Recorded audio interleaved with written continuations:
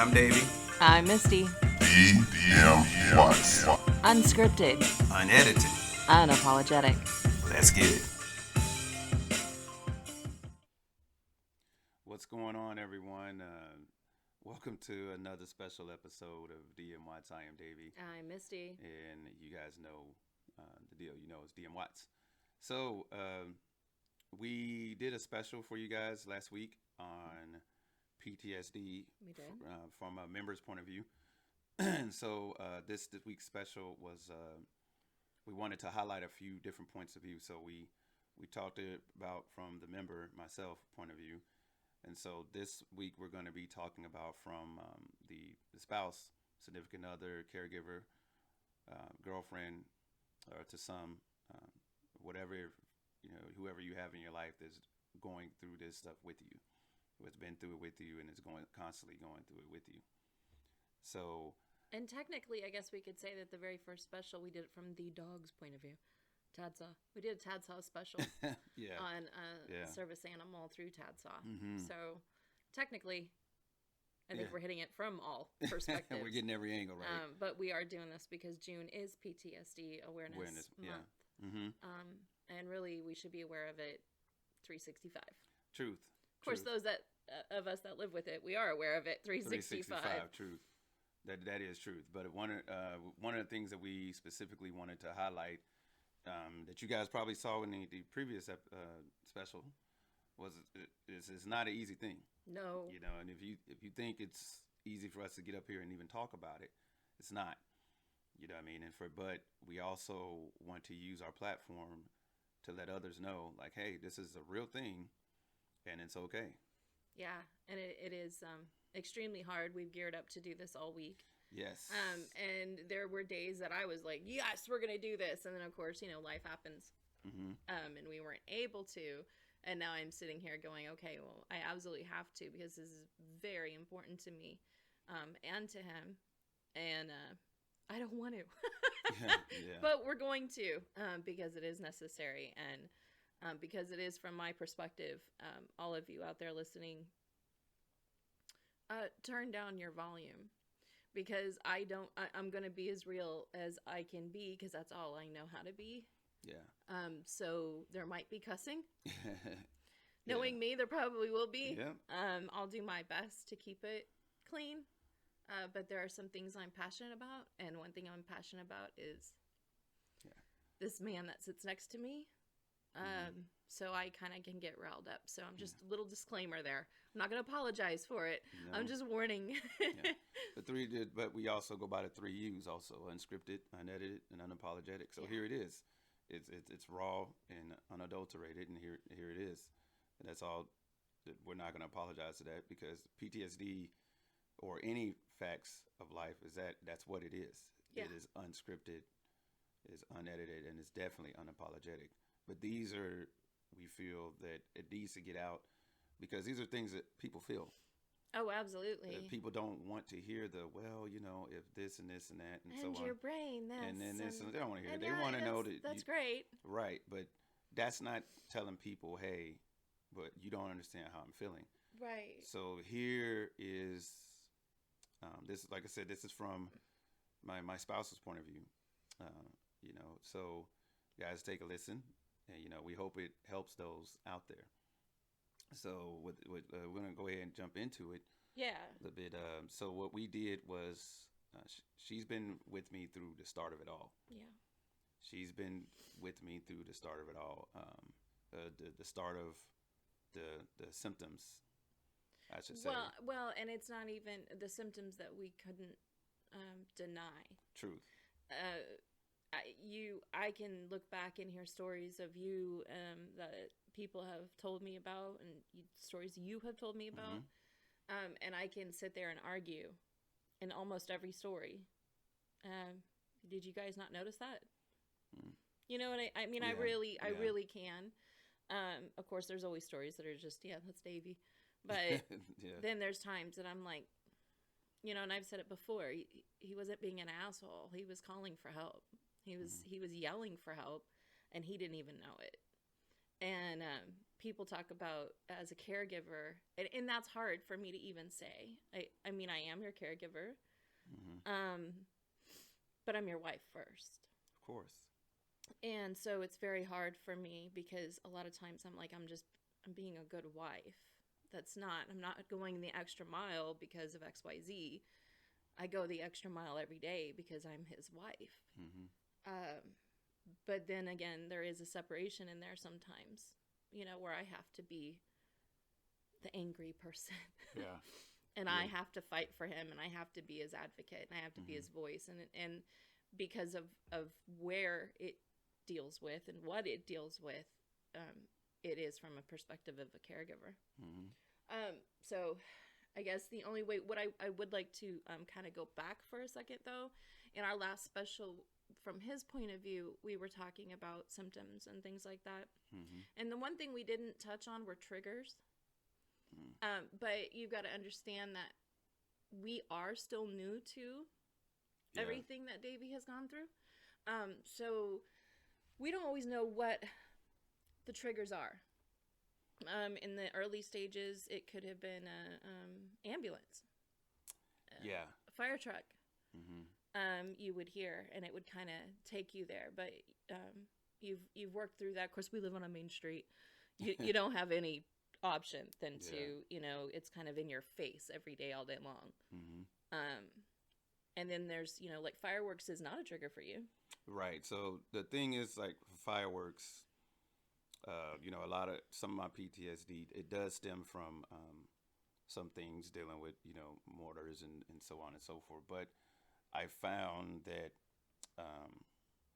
that the explosions and stuff like that, for some odd reason, it doesn't trigger me like certain other things does. Now, not to say that,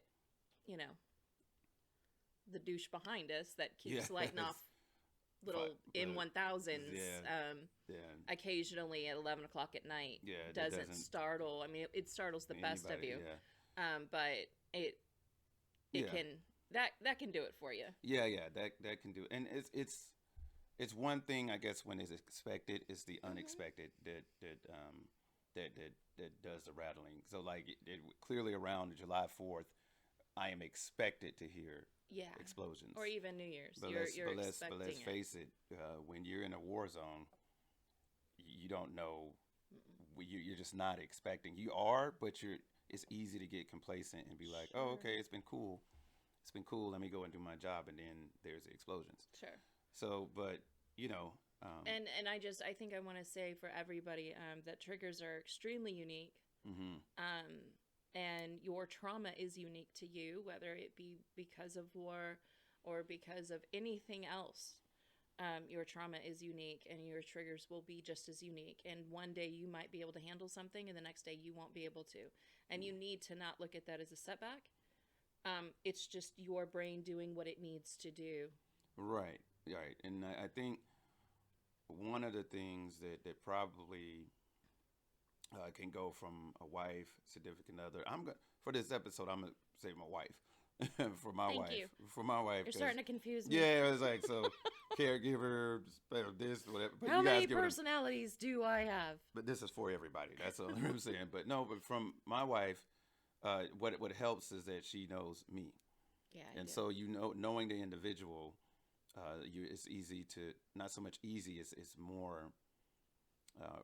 You're more able to see, hey, something's not right. You're changing. Yeah. Something's not right. You're and changing. I can, and when you're as close to someone as we are, you can also even pick up on it before they do. You can pick up on it without words. It's just that feeling you get. Right. And I'm really good at I can feel you. I can feel your energy. I can feel your aura. Right. You just know when something's wrong, because she's has told me numerous times, hey, something's not right here. We think that you should as you said, I think that you should either take a break for the day or like, hey, just take a look at something. And I'm like, no, I'm fine. That's a classic word. We know how we do. I'm fine. When in reality, you're like, you're a lot worse than what you think that day. And that makes it hard for me as well. It makes it hard to then plan anything. Mm-hmm. Because, you know, we're having a great time and we know we want to do this. A holiday's coming up. Get together. We want to do this. We want everybody over. We want to have that barbecue. We want to have our family around us, our friends around us. They invite us out. We want to go. But we'll say yes. And we'll get all excited. We'll buy the food. We'll do whatever has to happen. And then maybe we wake up. Yeah. And it's not a good day. And we can try to push through it. Right. And kind of fake our way through it. I think we've had to sometimes. Yes. We haven't had a choice. But then there's those times that it's like I can't put him through that. I can't put myself through that because now I'm not going to have a good time, and that's not his fault. But I'm not going to have a good time because I'm going to be worried about him. Yeah. And I'm going to be concentrating on is something else going on, because once a person with PTSD is triggered, they can fake it and pretend all they want, but then all the other stuff starts piling up. So something that isn't a trigger all of a sudden becomes a trigger. And it just gets worse and worse and worse to where, you know, we saw a little cartoon and it was like, pile up. There's your initial trauma. And then there's just the little stuff. The store didn't have this. They were out of that. Somebody said something that you didn't like. And then all of a sudden you stub your toe. And that's it. Yeah. You know, it literally every day becomes a game of final straw. Right. And I think that, well, I know, well, I can't say I know what's the hardest part from, you know, a spouse take on it, but from my observation of her, I think the hardest part of you, I think you just talked about that, was the planning. Not knowing how today will be. There's times where we've had to cancel our appointments for the day. You know what I mean? And so it can be. But the further we get in this, the longer we've how to deal with it, and the more we educate ourselves, the more we're able to, one, confront, and two, because you've gotten way better about confronting it. You know, because it used to be deny. Yes. And then I'd sit there and it would almost cause an argument. No, you're not. Which is hard, because then I'm like, oh my God, I'm triggering him. You know, I'm making him not okay. But when I know there's something wrong with you, I know. And then it got to where he stopped doing that and would say, you're right. And it might take 2 times now of me asking. And I had to learn to stop asking so much, because it was scary. It was this weird gray area that neither one of us had ever dealt with like this. So, yeah, we've learned to adjust the calendar. We've learned that days that there's going to be therapy, we're not doing anything else. No, we're not. It's just that takes so much out of it does. The both of us. And this is, you know, hey, raise your hand if you can relate. Clearly, we won't see it, but raise I'll raise your hand if you them. can relate, because at the end of the day, one of the reasons we do these specials is like, hey, you're not alone. We get it. You're not alone. We've also told each other, you call the demon by its name, right? Yeah. Speak on it. Bring it to the light. Bring it to the light. So that you can start to conquer it in the light. And it makes it easier, more accepting, because I think probably 90% of it, at least for us, was the hiding of it. Which makes it worse. It makes it worse because then it's like we don't want people to know our business, but at the same time, you know, people need to know, because they need to know why I'm snapping. Yeah. They need to know why you're snapping. It's not always the PTSD. You know, sometimes you piss us off. Yeah. But don't blame everything on the PTSD. Yeah, no. Like, and well, you're really angry today. No, you pissed me off. That's what that is. I'm not mad because you dropped a pin. Right. I'm mad because you stabbed me with it. So there's, you know what I mean? Like, come on. Hey, I only did that once. No. I don't know why you got to call me out like that. Whatever. So yeah, it's adjusting that calendar. It's getting ahead of it and saying, no, look, I have therapy that day. I can't do this. How about, you know, and just adjusting things slightly, planning for that off day as much as you can plan, not knowing when that off day is going to be, but having certain things in place Whether it be God forbid, of course it's always going to go to an addiction, whether it be a video game, a television show, a movie, a food, an alcohol. I'm sorry, that's just what it is. And I'm not saying that's what you go to, but you have to learn how to adjust and what can help. Right. And I'm sure, exercise, we used to say walk a lot. Our biggest thing also for us is we love to travel. Now, trust me, we are long overdue for a trip, but we love to travel. Yeah. I just tell her all the time, like, I'm going to get you to Hawaii, I'm going to get you to Okinawa, all these other places. So we're long overdue for just to get out and just, try to enjoy life and itself. That's the thing. That helps a lot. And calling this out, right. I believe for anybody struggling with it, calling it out and being honest about it and owning it allows you to enjoy life just a little bit more. Oh yeah. Because then you're like, no, wait a minute, I'm good. I don't have to hide, and because I'm really, as well as everybody else, I'm sick of the stigma, and we have a long way to go. There's a long way to go with mental health. A long way to go. Yeah. There's a long way to go with PTSD. But we have to be vocal about it. Truth. This is because let's talk about it, because from your spouse, caregiver, or whoever the individual is, like we said, they seen you from the beginning and up to now, and there's things they go through also, like fear. Oh yeah, I mean, I have a. I'm sorry to interrupt you. No, baby, go ahead. I have a whole list of what's the hardest part. Right. What's the hardest part? Okay, I'm going to be honest. Wanting people to understand him. And it's not even understanding him. I want people to be mindful of him. And then I want them to be mindful of me. I want them to know why I'm being a bitch that day to them. I want them to understand that they cannot put everything that maybe they used to put on him. That they can't just come at him. That's not fair. Nobody should be going after anybody, but that's real life. There's always an asshole in the bunch. It's hard because, I can't tell that stranger, hey, watch your ass, or that nurse, or that receptionist. Although we do put them in their place consistently. People need to be more mindful of people, and especially if you're dealing with someone, or you suspect that you're dealing with a veteran, a retiree, or an active duty person. People need to be more mindful. Yeah. What you guys, what the men and women do for our nation is mind-blowing, toe curling.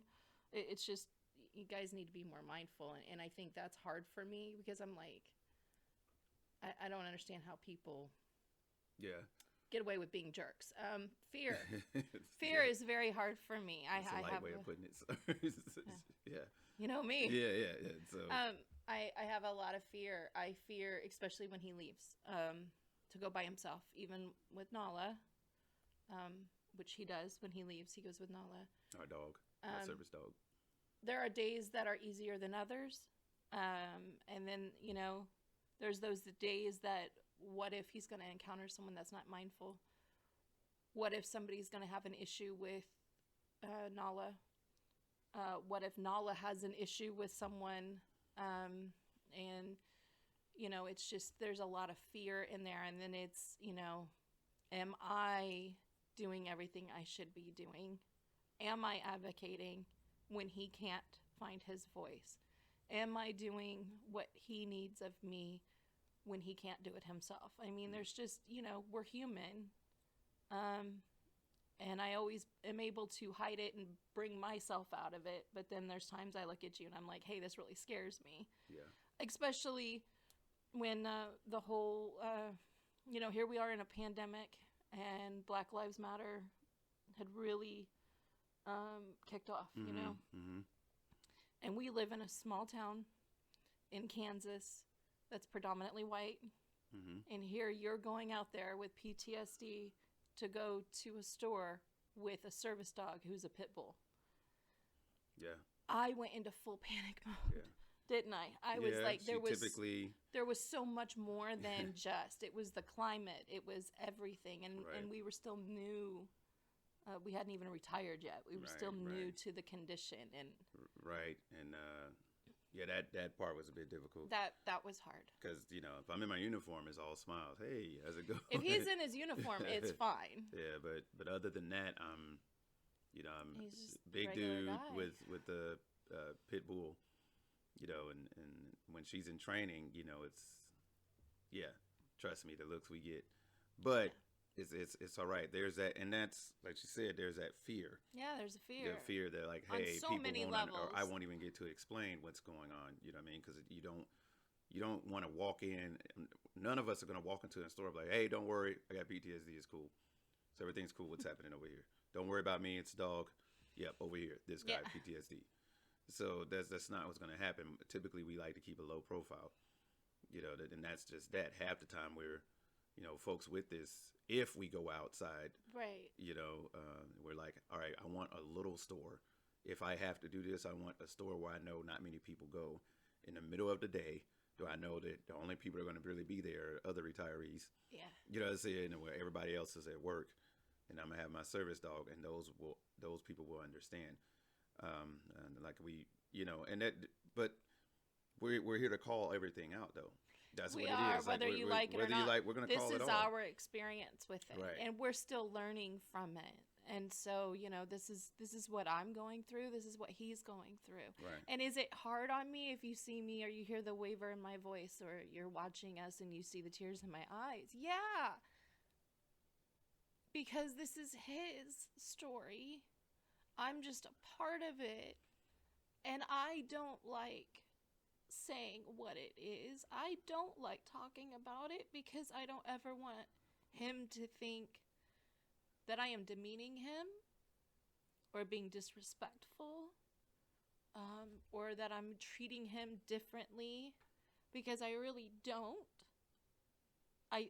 At least I don't think I treat you differently. No. And so what I can say, but one of the other things that, you know, speaking with other individuals with the same condition, that's what we want. We don't want to be treated differently. No. We don't want to be treated as if there's something wrong. You know, which is crazy, because right. Here I am. I want people to be mindful of you, and I want people to back off of you. But at the same time, I don't want them to tiptoe around you, and I don't want them to treat you different. But there's a difference here. Right. I don't treat you differently, but at the same time, I know what your limits are. Right. And if I'm in a bad mood, I'll tell you I'm in a bad mood, and I might bitch a little bit, but I'm mindful of your own stuff. Exactly. And so I have to suck it up and grow up just like he does. Because he's mindful. You know, I have my own triggers. I don't have PTSD, but everybody has that level. And so it's a real delicate dance. Yeah, it is. And it can for be. everybody. Because it's, you know, it's kind of a double-edged sword for individuals too, because it's like, hey, don't treat me any different. Okay, I won't treat you any different. Right. But then there's that day where, you know, like, nope, talk to me normal. Like, you know what I'm saying? And everybody treat me the same. Cool. And then there's that day where you're like, nobody say nothing to me. Nobody say anything to me. If I need something from the store, I don't care. I'll DoorDash it. I don't care. Somebody bring it to me. I order my groceries in. Yeah. You know what I mean? We've literally called our sons. Yeah, to just both of them. Hey, can you? Yeah, we'll cash up you. Can you just go, because I can't really leave him right now. Right. And I'm aware of those days. And here's a good one. I wish people were mindful of me in that fact too, because that's new for me. We're very strong people. Yeah. And very independent. Yes. We were extremely independent. And even when we were dating, he would sit there and go, why don't you call me? You never call me.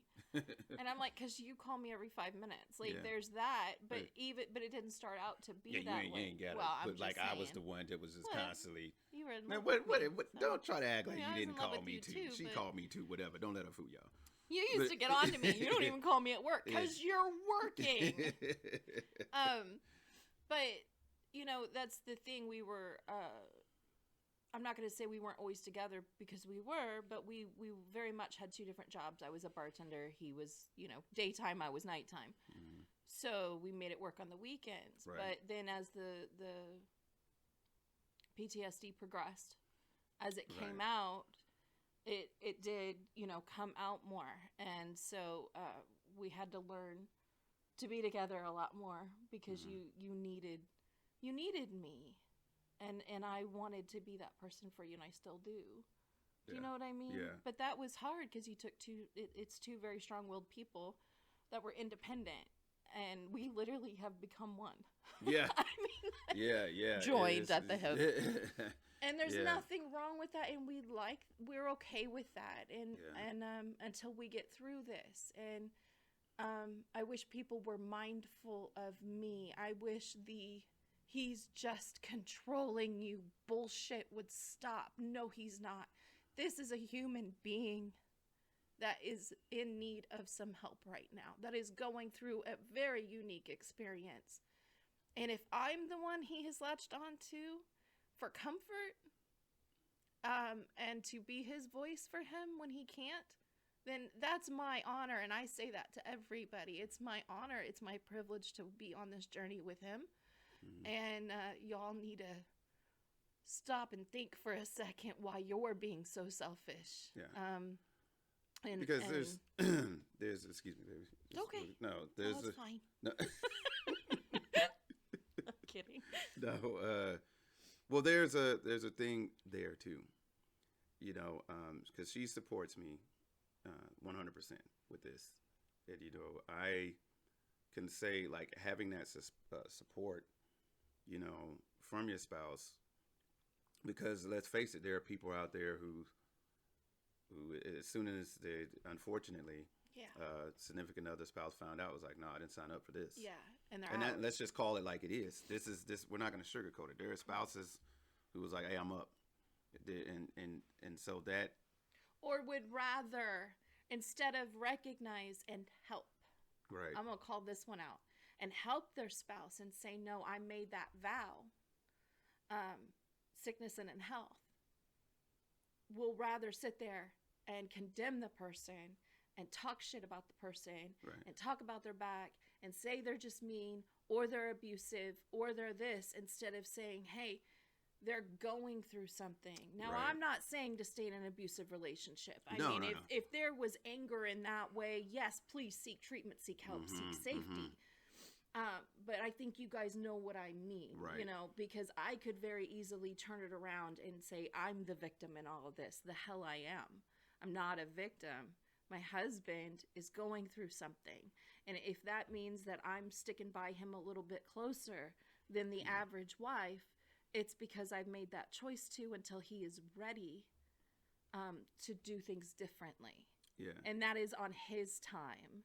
And yeah, I have to be a part of that, and I have to help, and I can't enable, and I have to check myself every day and make sure that I am being good help for you. But then there's days that it's like, no, I'm going to let him, if he just wants to, Yeah. Do you know what I mean? Does Yeah, that yeah. make sense? No, Because it I get doesn't. really angry No, it's about... okay, but that's what it is, though. This is the thing. Like we are doing this special from the spouse point of view, And I don't always say it and right. we know, but it's okay, and that's the biggest thing. Whether it's hard to get it out. It is hard to get It is hard to get it out, but one of the biggest things that a spouse can do is just same thing as a member can do, is try to talk about it. Yeah. Is try to, and because we know that there are some listening, there are some watching right now saying, that's what I'm talking about. I can't get out what I want to say. I can't do this, so on and so. We understand. The whole point of this is like, hey, you're not alone. Right. It's like you're not alone in this aspect. This is our And all the take on it. feelings you feel are They're normal. They're It's normal. normal. It's normal as a caregiver. Right.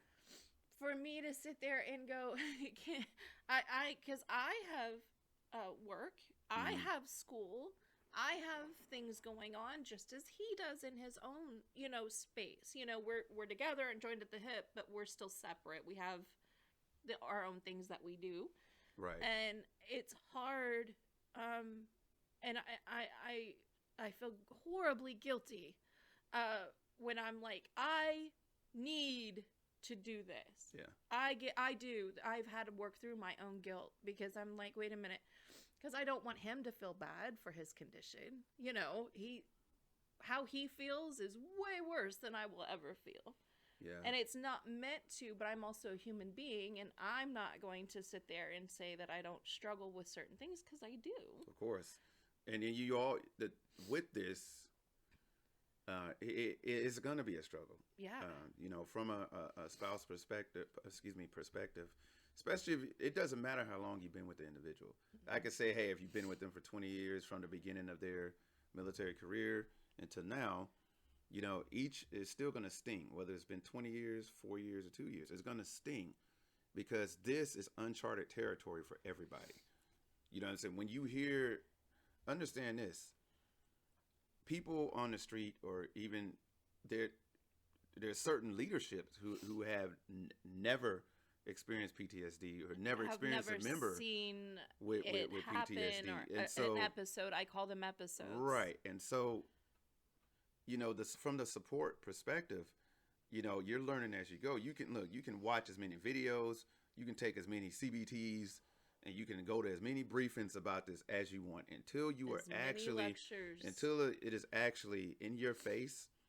You won't understand. And I think that's the truth. It also has to be from someone that you have a level of care for. It doesn't mean you have to care for this person or even like them, but you're in their space a lot, or you work with them.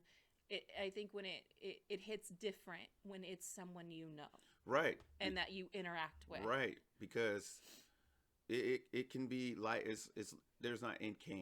is life-changing for a lot of the parties involved. You know what I mean? And here's the deal. We don't know how life-changing, for how long. No. This part of it will be. This might be who we are. We might be that married couple for the rest of our lives. Or you could wake up tomorrow and maybe, what used to trigger you doesn't trigger you anymore. Or maybe there's a new trigger. I mean, every day is a new adventure. And we're just trying to get through it. And I wish people were mindful of that and know that I'm not ignoring them.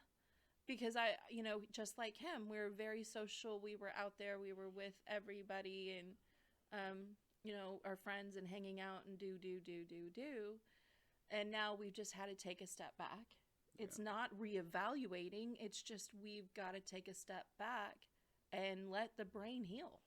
That's true. And so it's... And it's got nothing to do with anything.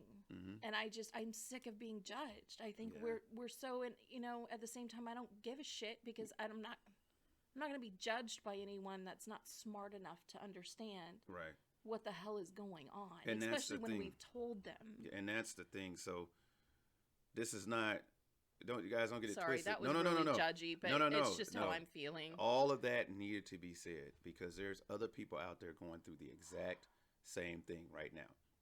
This is not our soapbox. This is what everybody is feeling. Yeah, it is a soapbox too. But all right, we got it's kind of that. But at the same time, those going through it, with your wife, your husband, whatever, your child, all of that, those going through it can understand everything what we're saying because everybody has an opinion what you should be doing. Oh.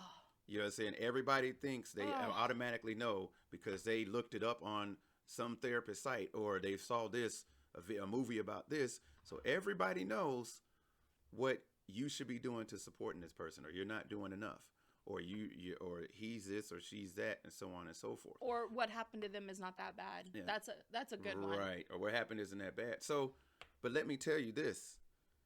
This is from at least the member's perspective.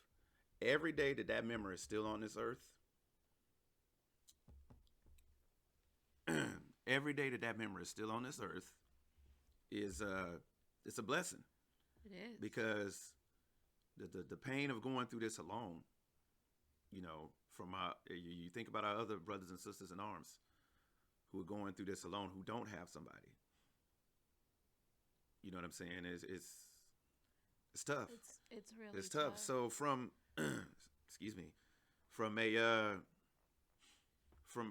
member's perspective, I gotta say having that person in your corner, having that person yell and curse people out on your behalf when you are stuck in your own head. And he does get, and that's a hard part. And it's a tough one, because that can be tough. Because let me tell you something. Anybody with PTSD, I'm pretty sure, that has come to terms with it will sit there and tell you, I get stuck in my head. Yeah. And you can't, it does not matter what I do. I have tried, I will turn myself into a seal. And that's what happened when we first realized something was wrong. I was literally had taken a ping pong ball, and dented it and put it on my nose, just to try to make him laugh. I knew something was wrong. I didn't know what, and it was just, look at me, look at me, look at me. I'm being the clown. Look at me. Yeah. And I couldn't get him out. I couldn't get him out of his head. And I still struggle with that, but now I've also gotten better in, okay, he's in his head. I'm going to leave him there for a little while. I'm going to let him be there, because one, I never want you to feel like I'm not going to validate what you're feeling. You need the validation. I'm also going to allow you to feel that. And if that means you're in your head for a few hours, then that's what that means. If I think it's gone on too far, I will say something. And I have. Yeah. And I say, hey, I'm going to need you out here for a minute. Come out of your head. Because there is that, again, there's that danger zone of, no, stop thinking so much. Yeah. But I think everybody is allowed to go in their head for a minute, feel what they need to feel, so then they can come out of it. True, because it can be a little enclosing when you feel like the walls are closing in on you, and sometimes you'll go inside your head, and it's just. And sometimes not only is he in his head, but sometimes he's so far in the future that one day I said to him, I said, hey, can we be right here right now? So we go through this kind of a thing where his pendulum will swing from the past to the future. There is no present. Yeah. He's either thinking about what happened or what could happen. Yeah. And I feel like I'm running back and forth. Yeah. And finally, I will sometimes say, well, most of the time, God knows I talk a lot. I'll say, hey, I need you here right now. Yeah. We need to enjoy today in the present. We have things to take care of. We have a bill to pay today. Yay, adulting. Yeah. So it's we've got to figure 6 months ahead. Today. I need you to be right here. And because I can't run. I don't like to run. I won't run. But you make me feel like I'm running. So, that's something else you have to be mindful of, people with PTSD. I think, again, it's a unique thing to everybody, and they all have their own unique symptoms. But I think if you notice that someone is always running towards the future and not paying attention to today, they're avoiding something. Right. And so I think a good hard part, I guess that's a contradiction. Good. One of the hard parts of being in that position also is, guilt. Oh, guilt. Because from a member perspective, I don't want her to feel guilty that she's not doing enough for me. So then you feel guilty for making her feel guilty. Believe it or not, it's a true thing. You felt guilty for, for me, what you felt me having to be, around you, or all the doctor's appointments or this, and how you have said that. And I'm like, no, you're not going to feel guilty about that. Yeah.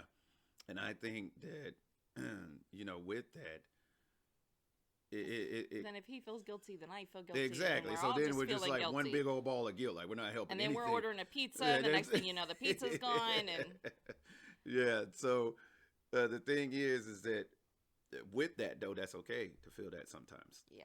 It's okay to feel that. You don't want to, but at the same time, what has happened, just considering what we're talking about, what happens when you hide those feelings? Yeah, it gets worse. Yeah, what happens when you hide those feelings? It gets worse. So, and on top of that, I want to go into this.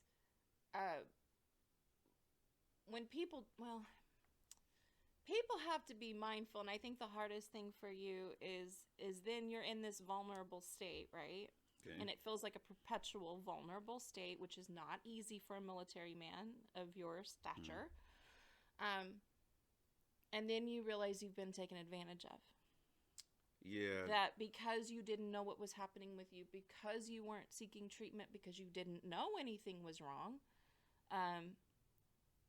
people were able to take advantage of that. People you thought you were in your corner. And then when you stop helping them because you're like, hey, I don't have the capacity right now for judgment. I'm not good at judgment right now. And I can't make these decisions without Misty or, without thinking about it and talking it over. People get really pissed. Yeah, because it's... Because to them, you're forever an asshole. Yeah. And a lot of people with PTSD, you hear that. He has heard that in group. You in several different groups. People would rather, again, deem you an abuser than to admit there is something wrong. Truth, and that is true. But that's I'm just gonna lean it back to the same thing. It helps having that person in your corner, reminding you, no, that's not you. This is what it is. And don't get me wrong, there are certain parts where it's just like, no, you really are just an asshole. So that's there in certain situations. Well, yeah. Certain situations. But honestly, hearing that sometimes makes me happy because I'm like, I feel like there's a piece of me back. Oh, you know what I'm saying? Versus this is just me all the time. Oh, yeah.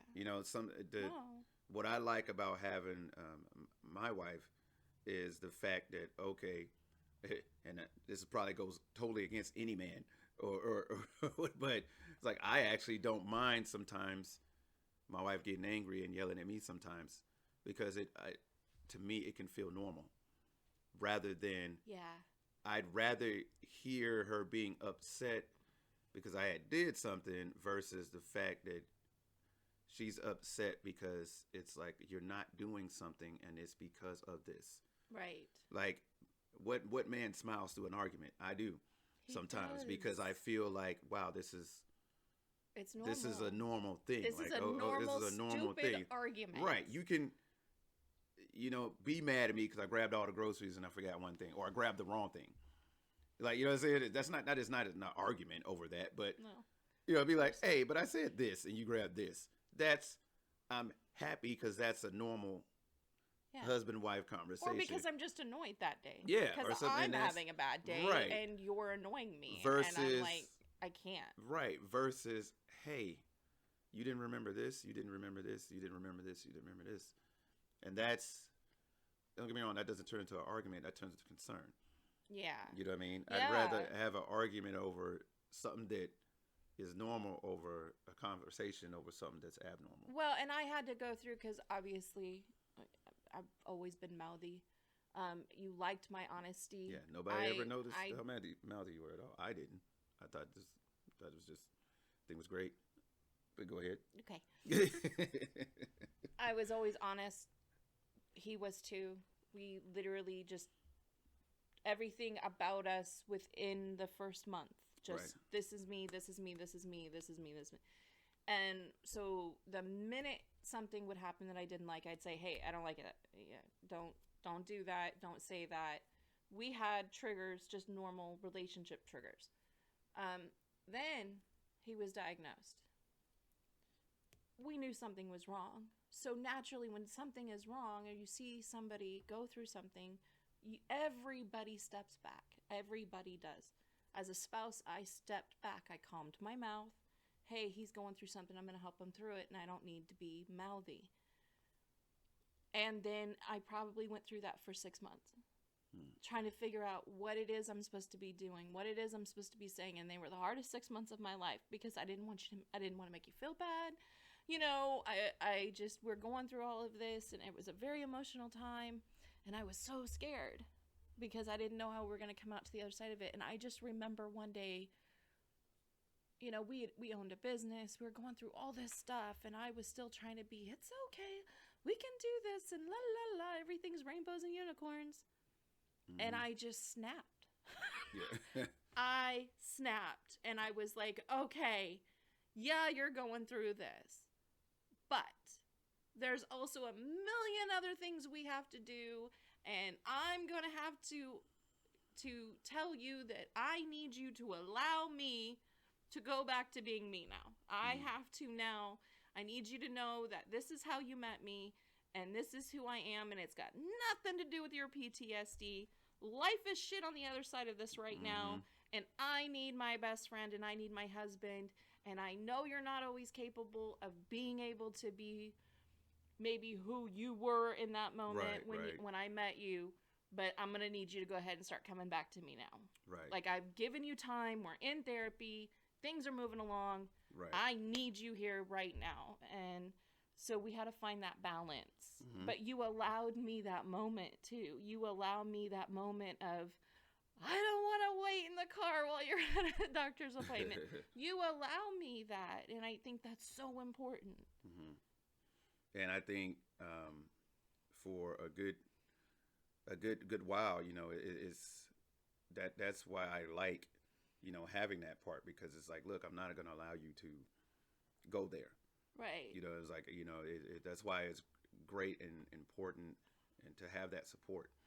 You know what I mean? It's like, look, I'm not going to allow you to go. Hey, you get to have your moment sometimes. We get that. Yeah, but Yeah, it's but it's also, I label it too. Before I go off, I will look you dead in the eye and go, look, I'm getting ready to go off. I need you to hear me. I don't need you to fix it. I don't need you to feel bad. I don't need your apology. I just need you to hear me and how I feel right now. Right. And that's the thing. Those are times where, like, we're trying to communicate to you guys right now, like, we know we're not the only ones that feel this way. I know that she's not the only one, spouse, whether the roles are reversed or whether it's a friend or whoever. We know that she's not the only one that feels this way. No. You know what I mean? And that's the whole point. And I also, I'm sorry, but I also realize that we are maybe, I hate to say that we're unique, because that means that we're set apart, and we're really not. But there might be a population of people that hear this that are like, yeah, but my spouse isn't like that. Like, right. If I were to say, hey, I've got a life too, and I need you over here for a second, they would go into this whole, I'm a burden. Why don't I just leave? You know what I mean? Like, go into that. So you've got to do what's right for you. But I promise you, honesty is going to be the best. And if you've, got a minute, you need to get it out. So whether that means you get to say it to your spouse or to, your wounded warrior rep, or, if you're fortunate enough to be in that program, or the caregivers that I'm in, somebody, your mother, your brother, your sister, somebody, But that's a hard aspect too, because not all families are understanding of it. And also it's hard for me because I am a person that doesn't tell people my business or what my life is, my marriage, because it's my covenant. That can be hard because then they don't get it. Yeah, so then they don't understand it. But it's also not for everybody else to understand at the same time, it's too. It's our experience. Right. So, there's, I could ramble for days on this all topic. Good, but so let's see. I'm trying to look because I wrote notes so I could stay on topic. Because So there were some other things you want other people to know. What do you want other people to know?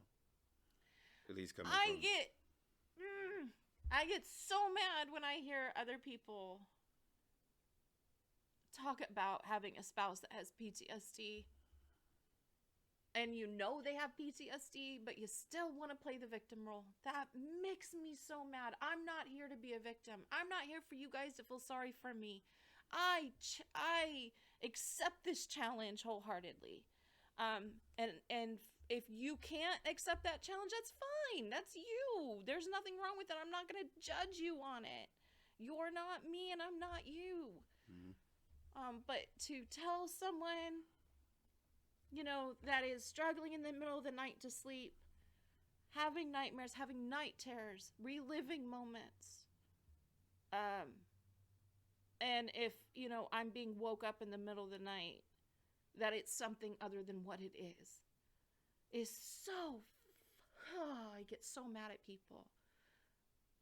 well, he hits me in the middle of the night. No, he doesn't. But what I'm saying is come on.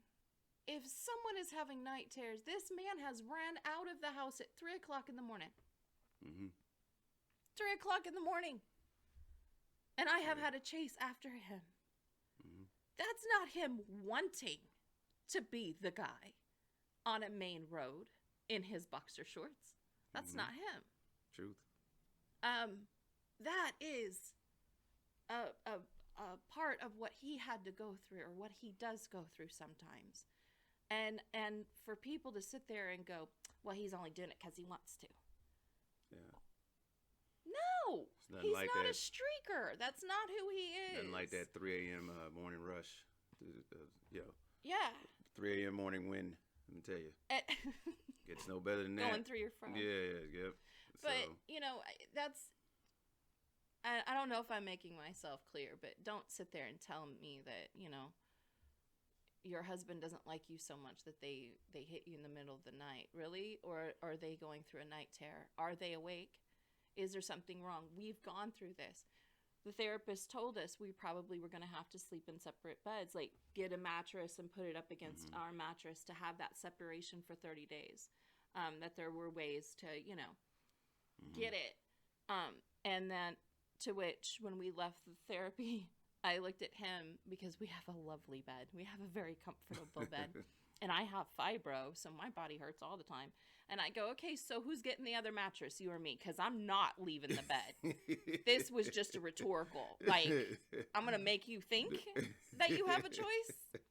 Yeah, because I wasn't leaving it either. I get the mattress. I get the good bed. I wasn't leaving it either. So either you stay awake.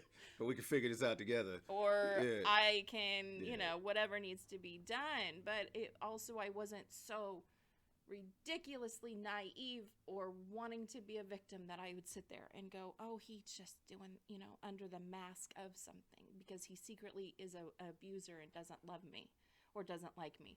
Nope. This is his condition, and we're going to work through it. Right. And the more therapy and the more we talk and the more it comes out in the open, the better it gets. It does. And that's true, because some of you don't want to hear that. These last 2 minutes, some of you are like, I got to turn this off. Why? Because we speaking about it realistically. This is real. This is the stuff that goes on. It does. It happens. This is the stuff that happens. Some of you gonna want to be like, no, you can't deal with it. Why? You can't deal with calling it out.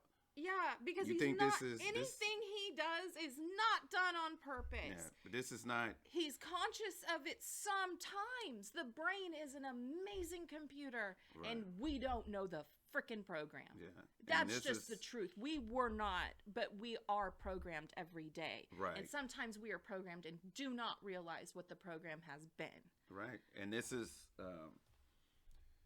Like we said, this wasn't easy for us to get on and speak on from either perspective. No, because it does. There are parts that make me angry. Not at him, not at the military, not at what has happened.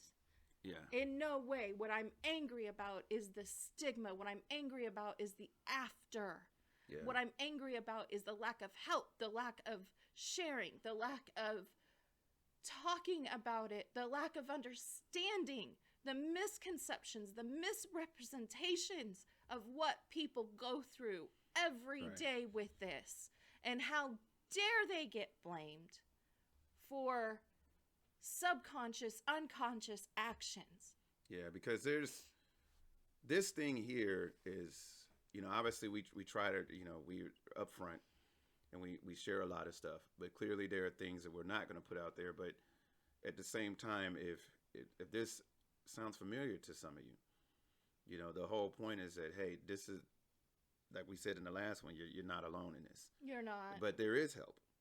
There's a lot of help. There is a lot of help. And now you can even text for help. Yeah, and there's hotlines. There's caregiver supports. Yeah. Especially for those who are helping with their spouse. But it's not just for military either. It's not. This is our story. We're military. Right. But 8 million people in America today have PTSD. Right. And there's so many more that don't know they have it or suspect they have it but don't think that their trauma is worthy of it. Right. It's not true. Yeah, the 8 million, that's the ones that will come forward. Exactly. What about the ones suffering in silence? Yeah. What about the spouses suffering through their loved ones' PTSD in silence? Yeah. You know, and just not knowing. And there's so much to PTSD, so much that we know now. And the more people come forward, the more that it can be learned and taught and understood. Like I was saying to you today, you know, we really should figure out, we know you have chronic severe. Yeah. But yeah. we also, and we know some trauma points. Right. But we also need to figure out, is this C PTSD? Right. Is this there's like a moral PTSD? There's a few different ones. So there's so many things that go with it. Yep. That is the offshoot. Here's PTSD. Here's the severity and how often you have it. But then there's this, you know, does it affect this part of your life? Does it affect this part of your life? And, you know, because not only does he have to struggle with things that he has seen and done, but then you have to, what about if you're a religious person or a spiritual person? And how did that compromise your, you know, your ethics or your morality or, you know, how you believe? There's a lot to this. It's very complex. Yeah, because there's a lot. Exhausting. It is exhausting, but at the same time, you know, helping the individual, but at the same time helping yourself too, right? Because the longer that it goes without being unchecked, the worse the individual can get. Absolutely, and that's what you don't want. And that's what you don't want. And we both, unfortunately, have known people, some close and some not so close, right? That have taken their lives. And it is terrible. So this here, you know, from a spouse perspective, you know, my wife is extremely supportive. And one of the biggest things that, at least I want to say to those spouses out there dealing with a member, individual with PTSD, just be as supportive as you can. Yeah. Be as supportive as you can. Do what you can do, and if it's not in your capacity or wheelhouse to help, then find help. For your spouse or your person. You can literally, I kid you not, you can help. You can literally Google PTSD help. Literally Google, especially right now, you can literally Google PTSD help. But there's there'll be an array of there's therapists. There's even therapists online. There's all kinds of stuff you can do, because I realize not everybody is compassionate, not everybody is caring, not everybody cares, especially if you've been in that marriage for a while and it wasn't so good to begin with. Right. But he is a human being sitting next to me. And no matter what he had been through or what we had been through, he is still a human that is worthy of compassion and seeking help. Yeah. And I'm going to set that aside and set our marriage aside so that he is getting help. So that we can then figure out what's going on with us, because us has nothing to do with his condition. Does that make sense? Yeah. That makes sense. Your condition is a part of our marriage, but it is not our marriage. Right. Absolutely. So, you know, we hope we put, you know, some good stuff out to you guys. We really do. Baby, is there anything? Yeah, I just want people to be more understanding. I want people to stop judging people or trying to guess the trauma. You don't need to know. Yeah. When someone says what they have or you suspect it, believe them. Right. And treat them. Because trust me, saying it is not an easy thing to do. And check on us. We're busy a lot because of appointments and stuff like that. But there's nothing wrong with checking on us, and then check on your people as well. Check in with people. Check in with people. Like, don't think that you know have it. Right. There are people to this day I still nag. Yeah, and they don't respond, and that's okay. And that's okay. And here's the thing: I'm not going to always respond. You know why? Because we're having to talk to 50 flipping people a day sometimes. And so, I don't have time, but I still know that you care. I still know that you know I'm going through something, and it's not going to be. This isn't going to be this way forever. Yeah. Some days are good, some days are bad, but don't oust us because you don't understand. Take a moment to educate yourself. Truth. I'm gonna get off the soapbox. Okay, I'm getting. no, it's all good. We get it. It's from a perspective that a lot of spouses I and just hope I caregivers got have. everything out. But if not, Just- once we stop recording, we're probably going to talk about it anyway. And I'm also gonna say this. I get like there's such a thing called secondary PTSD, Truth. and that's something that the caregiver, or spouse or child can get. And it's very easy to go there, but you also have to seek out help. You have to seek out your own treatment. You have to find that way of coping, and what your triggers are. You have to take care of yourself so you can take care of your person. Right. And it's just Yeah. I'm going to be talking about this again. I'm Yeah. sure I will. Yep. And I know that group isn't for everybody. Do you know what I mean? Like, Mhm. I belong to several different groups, but it doesn't mean I'm in there chatting every day. Right. It doesn't mean that I'm that person, that I can do that. But you've got to find that outlet and what works for you, and just make sure that you're helping yourself and helping your person with Right. it. And I think I'm done now. Okay. So, Now but I'm done. we hope you guys have enjoyed this one. This is PTSD from the spouse's point of view, and we hope that this helps people understanding a little bit more. As you guys can see, it's a powerful topic. It is, and It is a it's powerful hard topic, and it can bring up a lot of emotions. And but you've that- got to stay with us. Right. And so stay with us because there's more to come too. And not, but what I mean by that is stay on the earth. Yeah, of course. You're needed. You're Yeah. just going through something, and you have a voice. We have a voice. We're trying to use it to bring this to light, so that we can use our trauma. And it's not easy to do, but by God, we're going to do it. Truth. Um, But guys, thank you for sticking with us. But we're going to sign off for this one. I am Davey, I'm Misty. and we are DMWATS. You guys please take care of each other.